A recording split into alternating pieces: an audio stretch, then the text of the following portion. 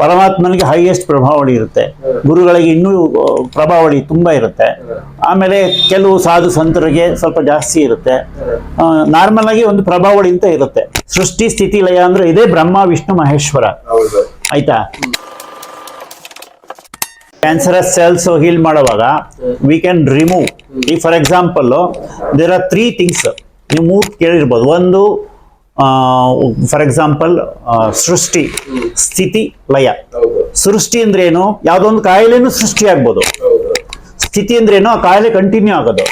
ಲಯ ಅಂದ್ರೆ ಏನು? ಆ ಕಾಯಿಲೆ ಹೋಗೋದು. ಸೃಷ್ಟಿ ಸ್ಥಿತಿ ಲಯ ಅಂದ್ರೆ ಇದೇ ಬ್ರಹ್ಮ ವಿಷ್ಣು ಮಹೇಶ್ವರ. ಆಯ್ತಾ?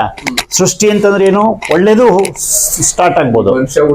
ಮನುಷ್ಯ ಹುಟ್ಟೋದು ಒಳ್ಳೇದು, ಅವನು ಹುಟ್ಟಿ ಜೀವನ ಮಾಡೋದು ಸ್ಥಿತಿ, ಜೀವನ ಆದ್ಮೇಲೆ ಅವನು ಲಾಸ್ಟಿಗೆ ಹೋಗೋದು ಲಯ. ಇದಕ್ಕೆ 3 ದೇವತೆಗಳು ಬ್ರಹ್ಮ ವಿಷ್ಣು ಮಹೇಶ್ವರ.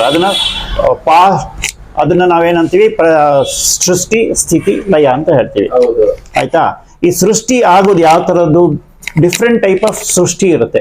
ಒಂದು ಚಿಗುರು, ಒಂದು ಮೊಳಕೆ ಬರುತ್ತೆ, ಒಂದು ಯಾವ್ದೋ ಒಂದು ಗಿಡದ ಮೊಳಕೆ ಬರುತ್ತೆ, ಅದು ಸೃಷ್ಟಿ. ಅದಾದ್ಮೇಲೆ ಅದು ಬೆಳೆಯತ್ತೆ, ಅದು ಸ್ಥಿತಿ. ಬೆಳೆದು ದೊಡ್ಡ ತನಕ ಸ್ಥಿತಿ.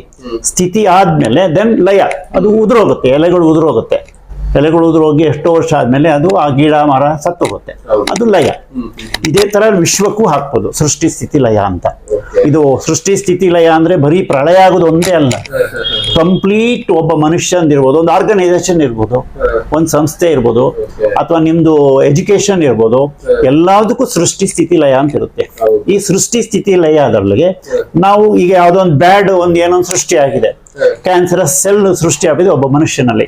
ಸೃಷ್ಟಿ ಆದಾಗ ಅದು ನಮಗೆ ಗೊತ್ತಿರಲ್ಲ, ಡಯಾಗ್ನೈಸ್ ಮಾಡ್ತೀವಿ, ಈ ಮನುಷ್ಯನಲ್ಲಿ ಕ್ಯಾನ್ಸರಸ್ ಸೆಲ್ಸ್ ಇದೆಯಾ? ಕ್ಯಾನ್ಸರಸ್ ಸೆಲ್ಸ್ ಇದೆ. ಫಾರ್ ಎಕ್ಸಾಂಪಲ್, ಯಾರೋ ಒಬ್ಬ ಮನುಷ್ಯನಲ್ಲಿ somebody is there in the hospital who is suffering from cancer. ಆ ಮನುಷ್ಯನ ಪರ್ಟಿಕ್ಯುಲರ್ ಆಗಿ ಕೇಳ್ತೀನಿ, ಈ ಮನುಷ್ಯನಿಗೆ ಕ್ಯಾನ್ಸರಸ್ ಸೆಲ್ಸ್ ಅವನ ಬಾಡಿನಲ್ಲಿ ಹಾರ್ಮ್ಫುಲ್ ಕ್ಯಾನ್ಸರಸ್ ಸೆಲ್ಸ್ ಇದೆಯಾ? ಇಲ್ಲ. ನಾವು ಇಲ್ಲಿ ಯಾರು ಪ್ರಶ್ನೆ ಕೇಳ್ತಾ ಇಲ್ವಲ್ಲ, ಯಾರು ಪರ್ಸನಲ್ ಇಲ್ಲಿ ನಮಗೆ ಸಿಗ್ತಾ ಇಲ್ಲ. ಯಾರೋ ಒಬ್ಬ ಪರ್ಸನ್ಗೆ ಫಾರ್ ಎಕ್ಸಾಂಪಲ್ ಯಾರಿಗೋ ಒಬ್ಬನಿಗೆ ಇದೆ ಅಂತ ಇಟ್ಕೊಳ್ಳಿ, ಆ ಕ್ಯಾನ್ಸರಸ್ ಸೆಲ್ನ ನಾವು ಹೀಲ್ ಮಾಡಬೇಕು ಅಂತಂದ್ರೆ ಫಸ್ಟ್ ಕ್ಯಾನ್ಸರಸ್ ಸೆಲ್ನ ನಾವು ರಿಮೂವ್ ಮಾಡಬೇಕು, ಅಥವಾ ಅದನ್ನ ನ್ಯೂಟ್ರಲೈಸ್ ಮಾಡಬೇಕು. ನ್ಯೂಟ್ರಲೈಸ್ ಮಾಡಬೇಕು ಅಂತಂದ್ರೆ there are 2 types of question. ಒಂದು ನ್ಯೂಟ್ರಲೈಸ್, ಒಂದು remove. Please remove all the cancerous cells in the body ಇಂದ ಅಂದಾಗ it starts rotating anti-clockwise. ಅದು ರೊಟೇಟ್ ಆಗ್ತಾ ಏನಾಗುತ್ತೆ, ಅವರಲ್ಲಿರುವಂತ negative or harmful cancerous cells ಹೋಗ್ತಾ ಇರುತ್ತೆ. ಇದು ಎಷ್ಟು ದಿನ ತಗೊಳುತ್ತೆ? ಇದು ಡಿಪೆಂಡ್ಸ್ ಆನ್ ದೇರ್ ಸಿವಿಯಾರಿಟಿ. ತುಂಬಾ ಸಿವಿಯರ್ ಇದ್ರೆ ಇಟ್ ಟೇಕ್ಸ್ ಸಮ್ ಟೈಮ್. ಒಂದು 21 ಡೇಸ್ ಆಗ್ಬೋದು, 2 ಮಂತ್ಸ್ ಆಗ್ಬೋದು, 3 ಮಂತ್ಸ್ ಆಗ್ಬೋದು, ಅಥವಾ ಒಂದೊಂದ್ಸತಿ ಆಗದೇನೂ ಇರ್ಬೋದು. ಇದ್ರೊಳಗಡೆ ನಾವು ಯಾವ್ದು ಗ್ಯಾರಂಟಿ ಕೊಡಕ್ ಆಗಲ್ಲ. ಗ್ಯಾರಂಟಿ ಡಿಪೆಂಡಿಂಗ್ ಅಪಾನ್ ಓನ್ಲಿ ಅವರು ಮೆಡಿಸಿನ್ ಎಲ್ಲ ತಗೊಳ್ಳೇಬೇಕು. ಇದಕ್ಕೆ ಆಲ್ಟರ್ನೇಟ್ ಅಲ್ಲ. Medicine is not, they have to take the medicine and doctor advice ತಗೊಳ್ಳೇಬೇಕು. ನಾವೇ ಎಲ್ಲ ಮಾಡಕ್ ಆಗಲ್ಲ. ನಾವ್ ಏನಿದ್ರು we are getting the blessings from the cosmic level, spiritual level, angelic level. Okay, ಹಾಗೆ ಮಾಡಿದಾಗ ಆ ಪರ್ಮಿಷನ್ ತಗೊಂತೀವಿ ನಾವು. ಪರ್ಸನ್ ಇಂದ ಮತ್ತೆ ಗಾಡ್ ಇಂದ, ಏಂಜಲ್ ಇಂದ ಆ ಪರ್ಮಿಷನ್ ತಗೊಂಡು ಮಾಡ್ಬೋದು. ಹೀಲಿಂಗು ಅಂತಂದ್ರೆ ಮಾತ್ರ ನಾವು ಮಾಡ್ಬೋದು. ಹೀಲಿಂಗ್ ಮಾಡಕ್ ಪರ್ಮಿಷನ್ ಇಲ್ಲ ಅಂದ್ರೆ ನಾವೇನ್ ಮಾಡಿದ್ರು ಅವ್ರು ಹೀಲ್ ಆಗಲ್ಲ. ಈಗ ಯಾರಾದ್ರೂ ಪರ್ಸನ್ ಬಂದು ಕೇಳ್ಕೊಂಡು ಈಗ ಕಾಯಿಲೆ ಇದೆ, ಇದಕ್ಕೆ ಹೀಲ್ ಮಾಡ್ತೀರಾ ಅಂದ್ರೆ ಫಸ್ಟ್ ನೀವು ಪರ್ಸನ್ ನ ಕೇಳ್ತೀರಾ, ಹೀಲ್ ಮಾಡ್ಬೋದಾ? ಪರ್ಸನ್ ಕೇಳ್ಬೋದು, ಅಲ್ಲ ಅವ್ನ ಜಾತಕ ನೋಡ್ಬೋದು. ಇಲ್ಲ ಅಂತಂದ್ರೆ ಅವ್ನಿಗೆ ಇದ್ರೊಳಗಡೆ ಪ್ರಶ್ನೆನೂ ಕೇಳ್ಬೋದು. ಇದು 3 ನಮ್ಗೆ ಎಸ್ ಯು ಕ್ಯಾನ್ ಹೀಲ್ ಮಾಡ್ಬೋದು, ಹೀಲ್ ಆಗತ್ತೆ ಇವನಿಗೆ ಅಂತ ನಮ್ಗೆ ನಿಖರವಾದಂತ ಉತ್ತರ ಸಿಕ್ಕದ ಮೇಲೆ ಮಾತ್ರ ನಾವು ಹೀಲ್ ಮಾಡ್ಬೇಕು. ಹೀಲ್ ಮಾಡ್ತಾ ಮಾಡ್ತಾ ನಿಧಾನಕ್ಕೆ ಅವ್ರಿಗೆ ಕ್ರಮೇಣವಾಗಿ, and also he has to take the medicine. Medicine ಬಿಟ್ಬಾರ್ದು ಯಾವಾಗ್ಲೂ. ಪ್ಯಾರಲಲ್ ಆಗಿ ಮೆಡಿಸಿನ್ ತಗೋತಾ ಹೋಗ್ಬೇಕು. ಅದ್ರ ಇಂಟೆನ್ಸಿಟಿ ಆಫ್ ಮೆಡಿಸಿನ್ ತುಂಬಾ ಇರುತ್ತೆ, ಅದನ್ನ ಬೇಕಾದ್ರೆ ಕಡಿಮೆ ಮಾಡ್ಕೊಂಡು ಹೋಗ್ಬೋದು. ಅಂದ್ರೆ ಅದು ಡೋಸೇಜ್ ಅಂತೀವಲ್ಲ, ಈ ಮೆಡಿಸಿನ್ ಡೋಸೇಜ್ ನ ಕಡಿಮೆ ಮಾಡ್ಕೊಂಡು ಹೋಗ್ಬೋದು. ಕ್ರಮೇಣವಾಗಿ ಹೀಲ್ ಆಗುತ್ತೆ. ಪಾಸಿಟಿವಿಟಿ ಅನ್ನೋದು ಹೌದು. ಮೊದಲನೇದಾಗಿ we have to add positivity in their mind. First cosmics ಅವ್ರದ್ದು ಸಬ್ ಕಾನ್ಶಿಯಸ್ ಲೆವೆಲ್ ಅಲ್ಲಿ ಅವ್ರಿಗೆ ಹೀಲ್ ಮಾಡೋದು ಫಸ್ಟ್, ಆಮೇಲೆ ನಾವು ಬೇರೆ ತರ ಹೀಲ್ ಮಾಡ್ಬೇಕು. ಈಗ ಅಪಿತಪ್ಪಿ ಈಗ ಅದರಲ್ಲಿ ಯಾವ್ದು ಹೀಲ್ ಆಗಲ್ಲ ಅಂತ ಬಂತು, ಆಗ ನಾವು ಹೀಲ್ ಮಾಡಕ್ ಆಗಲ್ಲ ಅಂದ್ಮೇಲೆ ನಾವು ಮಾಡಂಗಿಲ್ಲ. We have to stop. Okay heal ಮಾಡಕ್ ಆಗಲ್ಲ ಅಂದ್ಮೇಲೆ ನಾವು ಮಾಡಕ್ಕೆ ಉಪಯೋಗ ಇದಿಲ್ವಲ್ಲ, ಪರ್ಮಿಷನ್ ಇಲ್ವಲ್ಲ, ಆಗದೇ ಇಲ್ಲ. ಪರ್ಮಿಷನ್ ಇದ್ರೂನು ಈಗ ಜಾತಕದಲ್ಲಿ ಇಲ್ಲ ಆಗದೇ ಇಲ್ಲ ಅನ್ನೋಗಿದ್ರೆ ಆಗೋದಿಲ್ಲ. ಇದ್ರೊಳಗೆ ಕೇಳ್ಬಿಡ್ತೀವಲ್ಲ ಆಗತ್ತೆ ಇಲ್ವಾ ಅಂತ. ಕೇಳಿದಾಗ ನಮ್ಗೆ ಆನ್ಸರ್ ಬರುತ್ತೆ. ಆಗತ್ತೆ ಅಂದ್ರೆ ಹೌದು ಮಾಡೋದು, ಆಗಲ್ಲ ಅಂದ್ರೆ ಮಾಡಲ್ಲ. ಆಗಲ್ಲಪ್ಪ ನಮ್ ಕೈಲಿ ನೀನು ಬೇರೆ ಡಾಕ್ಟರ್ ಹತ್ರ ತೋರಿಸು ಅಂತ ಹೇಳ್ಬೇಕಾಗತ್ತೆ. ಓಕೆ, ಡಿಪೆಂಡಿಂಗ್ ಅಪಾನ್ ಅವ್ರ ಕರ್ಮಗಳ ಆಧಾರದ ಮೇಲೆ ಇದು ಡಿಸೈಡ್ ಆಗುತ್ತೆ. ಹೌದು. ಇದು ಬರೀ ಕ್ಯಾನ್ಸರ್ ಒಂದೇ ಅಲ್ಲ, ಅಥವಾ ಕಾಯಿಲೆ ಒಂದೇ ಅಲ್ಲ. ಇವನ್ ನೀವು ಯಾವ್ದೋ ಒಂದು ಪ್ರಾಬ್ಲಮ್, ಒಂದು ಕಂಪನಿ ಪ್ರಾಬ್ಲಮ್ ಅಲ್ಲಿ ಇರುತ್ತೆ, ಯಾವ ಮನುಷ್ಯಂದು ಬಿಸ್ನೆಸ್ ಪ್ರಾಬ್ಲಮ್ ಇರುತ್ತೆ. ಆ ಬಿಸ್ನೆಸ್ ಅಲ್ಲಿ ಏನ್ ಪ್ರಾಬ್ಲಮ್ ಇದೆ ಅದನ್ನ ವಿ ಕ್ಯಾನ್ ನ್ಯೂಟ್ರಲೈಸ್, ಅದನ್ನ V can remove it by doing healing. After that we can neutralise ಆದ್ಮೇಲೆ ಅದನ್ನ ಸ್ವಲ್ಪ ಗ್ರೋತ್ ಮಾಡಬೇಕು, ದೆನ್ ಸಕ್ಸಸ್ ಮಾಡೋದು. ಈಗ ಒಬ್ರು ಈಗ ಡಯಾಬಿಟಿಸ್ ಇದೆ, ಮ್ಯಾಂಗ್ಳೂರಲ್ಲಿ ಇದ್ದಾರೆ, ಮ್ಯಾಂಗ್ಳೂರಿಂದ ಇಲ್ಲಿ ಬರೋದು ಕಷ್ಟ ಆಗುತ್ತೆ, ಅವ್ರಿಗೆ ಹೀಲ್ ಆಗ್ಬೇಕು, ಅದನ್ನ ಯಾವ ತರ ಮಾಡ್ಕೊಂಡು? ಮ್ಯಾಂಗ್ಳೂರಲ್ಲಿ ಇರೋ ಯಾರ ಪರ್ಸನ್, ಮ್ಯಾಂಗ್ಳೂರಲ್ಲಿ ಇರ್ಬೋದು, ಮಡ್ರಾಸ್ ಅಲ್ಲಿ ಇರ್ಬೋದು, ಅಮೆರಿಕಾದಲ್ಲಿ ಇರ್ಬೋದು, ಯಾವುದೇ ದೇಶದಲ್ಲಿ ಇರ್ಬೋದು, ಯಾವುದೇ ಸ್ಥಳದಲ್ಲಿ ಇದ್ರೂ ಅವ್ರಿಗೆ ಇಲ್ಲಿಂದ ನಾವು ಹೀಲಿಂಗ್ ಕಳಿಸ್ಬೋದು. ಹೇಗೆ ಕಳಿಸ್ಬೋದು ಅಂತಂದ್ರೆ, ಅವ್ರ ಕಡೆಯಿಂದ ನಮ್ಗೊಂದು ಫೋಟೋ ಕಳಿಸ್ಬೇಕು. ಅದು ಬೇಕಾದ್ರೆ ಹಾರ್ಡ್ ಕಾಪಿ ಇರ್ಬೋದು, ಇಲ್ಲ ಮೊಬೈಲ್ ಅನ್ನು ಕಳಿಸ್ಬೋದು. ಅವ್ರದ್ದು date of birth, place of birth, ಆಮೇಲೆ ಅವ್ರದ್ದು ಹುಟ್ಟಿದ ಟೈಮು, ಇದಿಷ್ಟು ಕಳಿಸ್ಬೇಕು. ಯಾಕಂದ್ರೆ ಅವ್ರದ್ದು ಡೇಟಾ ಕನೆಕ್ಟ್ ಆಗತ್ತೆ. ಯಾವಾಗ ಡೇಟಾ ಕನೆಕ್ಟ್ ಆಗತ್ತೋ ಆ ಪರ್ಸನ್ಗೆ, ಪರ್ಟಿಕ್ಯುಲರ್ ಪರ್ಸನ್ಗೆ ನಾವು ಮಾಡುವಂತ ಹೀಲಿಂಗು ಅಲ್ಲಿಗೆ ಹೋಗುತ್ತೆ. ಈಗ ನಿಮ್ಗೆ ಒಂದು ಕಾಲ್ ಬರುತ್ತೆ ಅಂತ ಇಟ್ಕೊಳ್ಳಿ, ನಿಮ್ ನಂಬರ್ಗೆ. ನಾನ್ ನಿಮ್ ನಂಬರ್ಗೆ ಮಾಡಿದ್ರೆ ನಿಮ್ಗೆ ಬರುತ್ತಲ್ವಾ ಕಾಲು, ಹಾಗೆ ನಾವು ಯಾರಿಗೆ ಕಳಿಸ್ತೀವೋ ಆ ಪರ್ಟಿಕ್ಯುಲರ್ ಪರ್ಸನ್ಗೆ ಹೋಗುತ್ತೆ. ಈಗ ಅವರು ಕೇಳಿರ್ತಾರೆ ನನ್ಗೆ ಹೀಲ್ ಆಗುತ್ತಾ ಇಲ್ವಾ ಅಂತ. ಹೌದು, ಅದಕ್ಕೆ ನೀವು ಅವ್ರಿಗೆ ಚೆಕ್ ಮಾಡ್ತೀವಿ ನಾವು, ಅವ್ರದ್ದು ಪರಿಸ್ಥಿತಿ ಹೇಗಿದೆ ಅಂತ. ಹೇಗೆ ಚೆಕ್ ಮಾಡ್ಬೋದು ಅಂತಂದ್ರೆ, ಅವ್ರ ಫೋಟೋನ ನಾವಿಲ್ಲಿ ಇಟ್ಕೊಂಡು ಅದಕ್ಕೆ ಡೌಸಿಂಗ್ ಮಾಡ್ತೀವಿ. ಡೌಸಿಂಗ್ ಅಂದ್ರೆ ಪ್ರಶ್ನೆ ಕೇಳ್ತೀವಿ, ಅಥವಾ ಅವ್ರದ್ದು ಹೇಗಿದೆ ಎನರ್ಜಿ, ಅವ್ರಿಗೆ ತುಂಬಾ ಸಿವಿಯಾರಿಟಿ ಇದೆಯಾ, ಅವ್ರಿಗೆ ಹೀಲ್ ಆಗತ್ತಾ, ಅವ್ರದ್ದೆಲ್ಲಾ ಚಕ್ರಗಳು ಚೆನ್ನಾಗಿದ್ಯಾ, ಯಾವ ಚಕ್ರದಲ್ಲಿ ಪ್ರಾಬ್ಲಮ್ ಇದೆ, ಯಾವ ಪರ್ಟಿಕ್ಯುಲರ್ ಆರ್ಗನ್ ಪ್ರಾಬ್ಲಮ್ ಇದೆ, ಆ ಆರ್ಗನ್ಗೆ ನಾವು ಜಾಸ್ತಿ ಇಂಪಾರ್ಟೆನ್ಸ್ ಕೊಟ್ಟು ಅದಕ್ಕೆ ಹೀಲಿಂಗ್ ಮಾಡ್ತೀವಿ. ಹೀಲಿಂಗ್ ಮಾಡುವಾಗ ಈ ಡಿಸ್ಟೆನ್ಸ್ ಹೀಲಿಂಗ್ ಹೇಗೆ ಅಂತಂದ್ರೆ, we imagine that person's energy is here. ಅಂದ್ರೆ ಅವ್ರದ್ದು ಒಂದು ಸುಪ್ತ ಸೂಕ್ಷ್ಮ ಜೀವ, ಅಥವಾ ಅದಕ್ಕೆ ಏನೇವಂತೀವಿ ಸೂಕ್ಷ್ಮ ಶರೀರ. ಸೂಕ್ಷ್ಮ ಶರೀರ ಅಂದ್ರೆ ಸ್ಪಿರಿಚುವಲ್ ಎನರ್ಜಿ, ಸ್ಪಿರಿಚುವಲ್ ಸ್ಪಿರಿಟ್, ಅದು ಇಲ್ಲಿ ಬಂದಿರುತ್ತದು. ಅವ್ರಿಗೆ ಗೊತ್ತಿರಲ್ಲ ನಾವೇನು, ಅವ್ರಿಗೆ ವಿತೌಟ್ ಹಿಸ್ ನಾಲೆಡ್ಜ್ ಕಾನ್ಶಿಯಸ್ ಮೈಂಡಿಗೆ ಗೊತ್ತಿರಲ್ಲ, ಸಬ್ ಕಾನ್ಶಿಯಸ್ ಮೈಂಡಿಗೆ ಗೊತ್ತಿರುತ್ತೆ. ಅವ್ರು ಅದನ್ನ ರೆಕಗ್ನೈಸ್ ಮಾಡಕ್ ಆಗಲ್ಲ.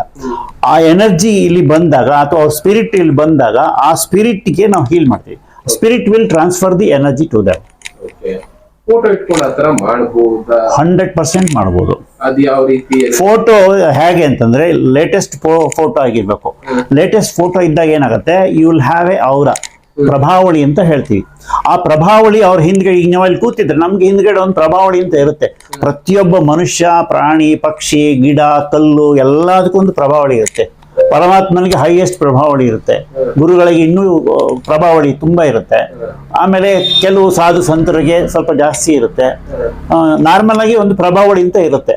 ಆ ಪ್ರಭಾವಳಿ ವಿಲ್ ರಿಸೀವ್ ದಟ್ ಎನರ್ಜಿ. ಆ ಪ್ರಭಾವಳಿ ವಿಲ್ ಆಕ್ಟಿವೇಟ್ ಆಗುತ್ತೆ. ನಾವಿಲ್ಲಿ ತಗೊಂಡ್ಬಂದಿಟ್ಟಾಗ ಅವಾಗ ಏನಾಗುತ್ತೆ, ಅವ್ರು ಯಾವ ಪ್ರಭಾವಳಿನಲ್ಲಿ ಸೋ ಮೆನಿ ಲೇಯರ್ಸ್ ಇರುತ್ತೆ, ಆ ಲೇಯರ್ಸ್ ವೀಕ್ ಆಗಿದ್ದಾಗ they are attracting negative energy in to their body, in to their mind, in to their soul, everything. So ಹೀಗಾದಾಗ ಏನಾಗುತ್ತೆ, ಫಸ್ಟ್ ಪ್ರಭಾವಳಿನ ಕಂಪ್ಲೀಟ್ ಮಾಡಬೇಕು. ಸೂಕ್ಷ್ಮ ಪ್ರಭಾವಳಿ ಅದು ಒಂದು ರೀತಿಯ ಚಕ್ರಗಳಿದ್ದಂಗೆ, ಒಂಥರ ನಮ್ಮ ಬಾಡಿ ಎಕ್ಸ್ಪ್ಯಾನ್ಷನ್ ಆಗಿರುತ್ತೆ ಅದು.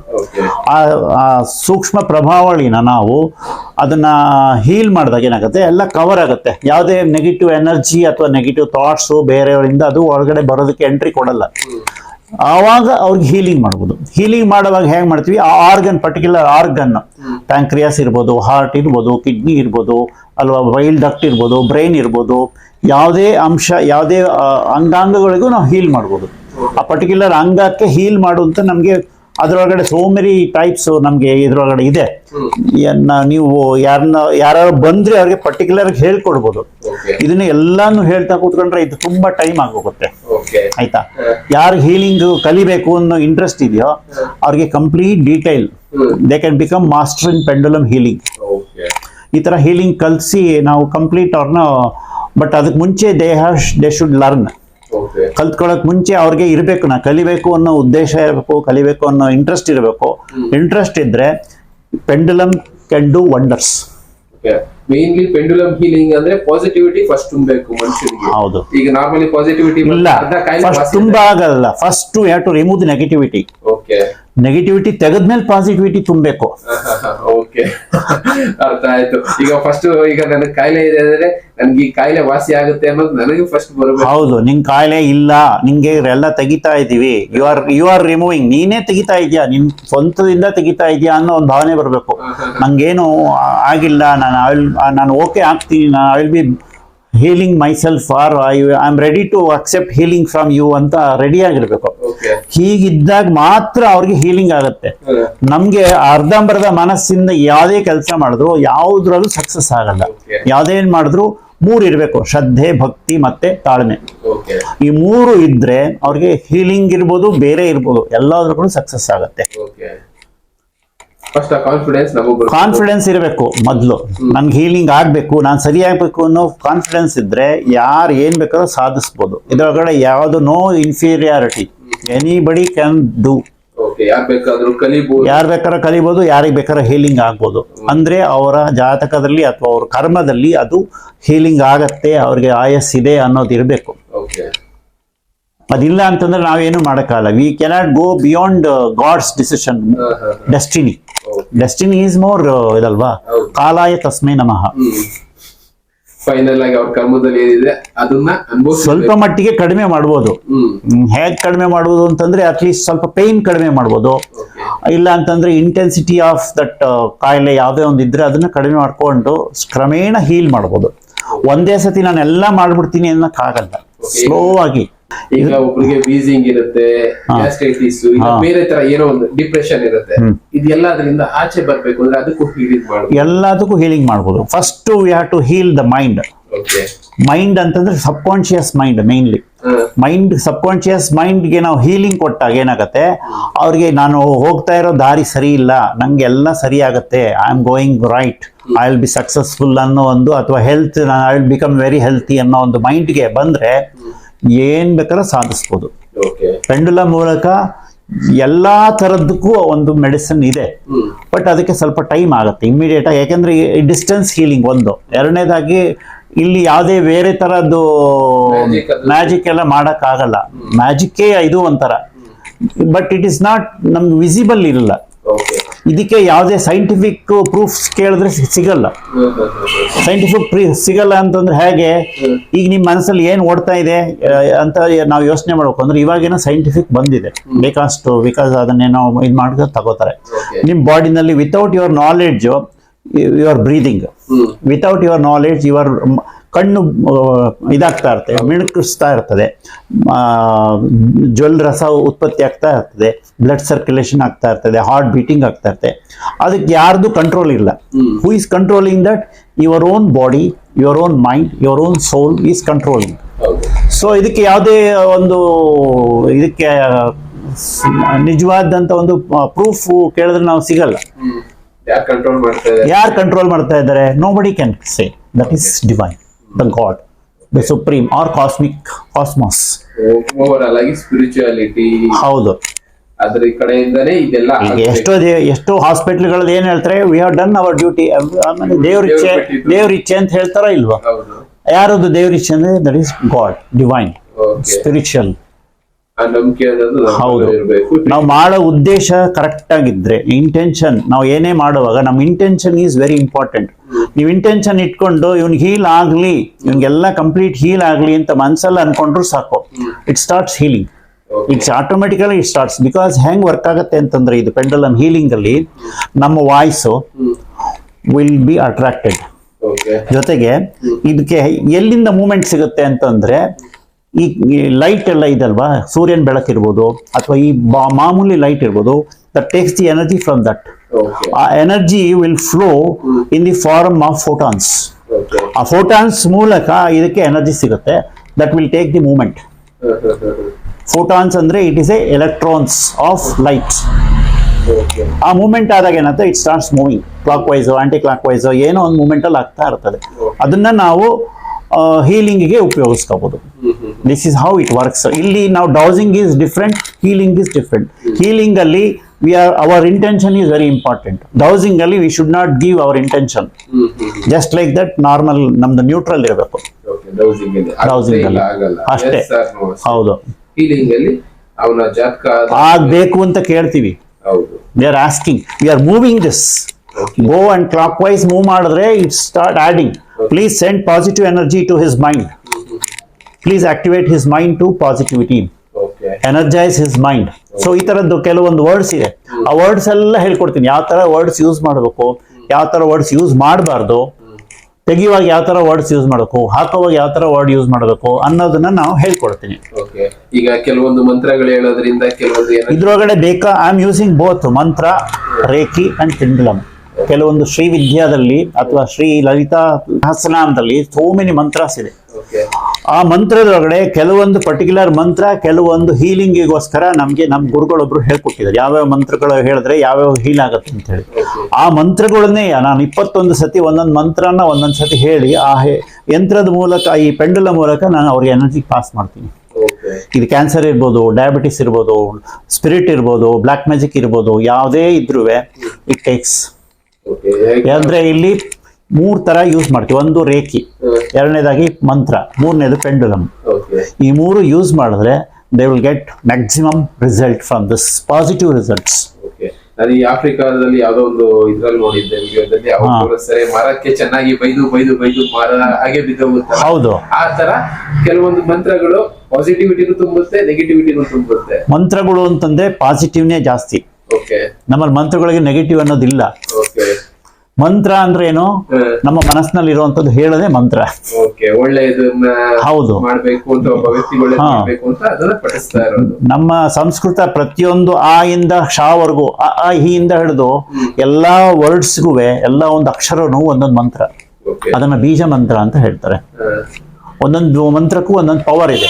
ಅದಕ್ಕೊಂದೊಂದು ಅಧಿದೇವತೆ ಇರ್ತಾರೆ, ಅದಕ್ಕೊಂದು ಪ್ರತಿ ಅಧಿದೇವತೆ ಇರ್ತಾರೆ. ಸೊ ಹೀಗೆ ಮಂತ್ರಕ್ಕೆ ಈ ಅದೇನೋ ಮಾವಿನಕಾಯಿ ಉದುರುತ್ತೆ ಅಂತ ಹೇಳ್ತಾರಲ್ಲ, ಡೆಫಿನೆಟ್ ಆಗಿ ಉದುರುತ್ತೆ. ಬಟ್ ನಾವು ಕರೆಕ್ಟ್ ಆಗಿ ಯೂಸ್ ಮಾಡಬೇಕು.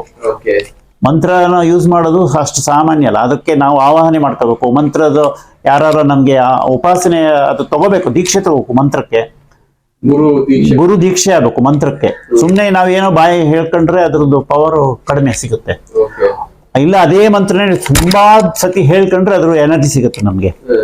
ಅದ್ರಲ್ಲಿ ಇದಾಗ್ಬೇಕು, ನಾವು ಕಂಪ್ಲೀಟ್ ಇನ್ವಾಲ್ವ್ ಆಗ್ಬೇಕು ಆ ಮಂತ್ರಕ್ಕೆ. 24 hours 365 days ಆ ಮಂತ್ರ ಜೊತೆನೆ ನಾವು ಮಾಡ್ತಾ ಇದ್ರೆ ಏನಾಗುತ್ತೆ, ಆ ಮಂತ್ರ ನಮ್ಗೆ ಆಟೋಮೆಟಿಕ್ ಆಗಿ ಬಂದ್ಬಿಡುತ್ತೆ. ಇಲ್ಲ ಅಂತಂದ್ರೆ we have to take the God ಅಥವಾ ದೇವರದ್ದು ಅಥವಾ ಗುರುಗಳದ್ದು, ಎಸ್ಪೆಷಲಿ ಗುರುಗಳಿಂದ ದೀಕ್ಷೆ ತಗೋಬಹುದು. ಗುರುಗಳಿಂದ ದೀಕ್ಷೆ ತಗೊಂಡಾಗ ಏನಾಗುತ್ತೆ, you are directly connected with the divine energy of that particular mantra. ಒಂದೊಂದು ಮಂತ್ರಕ್ಕೆ ಒಂದೊಂದು ದೇವತೆ ಇರ್ತಾರೆ. ಈಗ ಓಂ ಅಂದ್ರೆ ತ್ರಿಮೂರ್ತಿಗಳು. ಆ ಅಕಾರ ಉಕಾರ ಮಕಾರ. ಅಕಾರ ಉಕಾರ ಮಕಾರ ಅಂದ್ರೆ ಬ್ರಹ್ಮ ವಿಷ್ಣು ಮಹೇಶ್ವರ. ಓಂ ದಿ ಸುಪ್ರೀಂ ಎನರ್ಜಿ, ಸುಪ್ರೀಂ ಮಂತ್ರ of the universe. It is the starting ಮಂತ್ರ. ಅದಾದ್ಮೇಲೆ ಕೆಲವು ಸಮಯ ಕ್ಲೀಮ್ ಅಂತೀವಿ ಕೃಷ್ಣನ್ಗೆ, ಕ್ರೀಮ್ ಅಂದ್ರೆ ಮಹಾಕಾಳಿ. ಹೀಗೆ ಒಂದೊಂದು ಗಮ್ ಅಂದ್ರೆ ಗಣಪತಿ. ಹೌದು. ಇದೆಲ್ಲ ಒಂದೊಂದು ದೇವತೆಗಳಿಗೆ, ಒಂದೊಂದು ದೇವರಿಗೆ ಒಂದೊಂದು ಮಂತ್ರಗಳು ಪ್ರಿಸ್ಕ್ರೈಬ್ ಆಗಿದೆ. ಆ ಮಂತ್ರ ಒಂದೇ ಒಂದು ಮಂತ್ರ ಹೇಳಿದ್ರು ಬರೀ ಕ್ರೀಮ್ ಕ್ರೀಮ್ ಕ್ರೀಮ್ ಕ್ರೀಮ್ ಕ್ರೀಮ್ ಅನ್ಕೊಂಡು ಹೋದ್ರು ಸಾಕು, you will get the energy of Mahakali. But ಅದಕ್ಕೆ ನಮ್ಗೆ ದೀಕ್ಷೆ ಆಗ್ಬೇಕು, ಇಲ್ಲಾಂದ್ರೆ ರಿವರ್ಸ್ ಹೊಡೆಯುತ್ತೆ. ಯಾಕಂದ್ರೆ ನಾವು ಅದು ನಮ್ಮ ದೇಹ ಮನಸ್ಸು ನಮ್ದು ಡೈಲಿ ಆಕ್ಟಿವಿಟೀಸ್ ಪರಿಶುದ್ಧವಾಗಿರ್ಬೇಕು. ಅದಕ್ಕೆ ನಾವು ಆದಷ್ಟು ಸಾತ್ವಿಕ ಆಹಾರ ತಗೋಬೇಕು ಅಂತ ಹೇಳೋದು. ಆಹಾರನೂ important. What you eat you will speak. ಈಗ ಕೆಲವೊಂದು ನಾನ್ ವೆಜ್ ಎಲ್ಲ ತಿನ್ನೋದ್ರಿಂದ ನಾಲ್ಗೆ ಇಷ್ಟ ಆಗೋದಿಲ್ಲ, ಮಂತ್ರಗಳು ಹೇಳೋದಕ್ಕೆ ಆಗೋದಿಲ್ಲ.